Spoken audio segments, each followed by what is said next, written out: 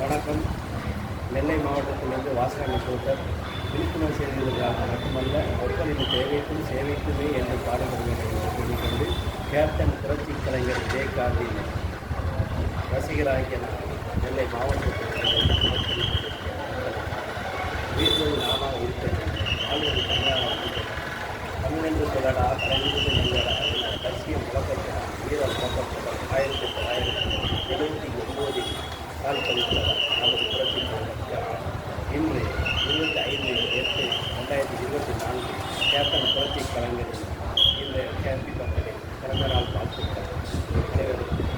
அவர் இல்லை என்றாலும் அவர் நீங்கா புகழ் பெற்று எல்லா மனிதர்களுக்கும் மனதில் வாழ்ந்து கொண்டு இருக்கிறார்.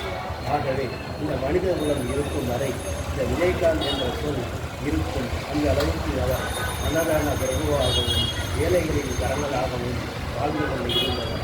அவர் மறைந்து இன்றளவும் 234 நாட்கள் ஆகியும் அந்த மறைவு செய்தி யாருக்கும் மீண்டும் ஏற்றுக்கொள்ள முடியாத அளவுக்கு ஓடிக்கொண்டு இருக்கிறது.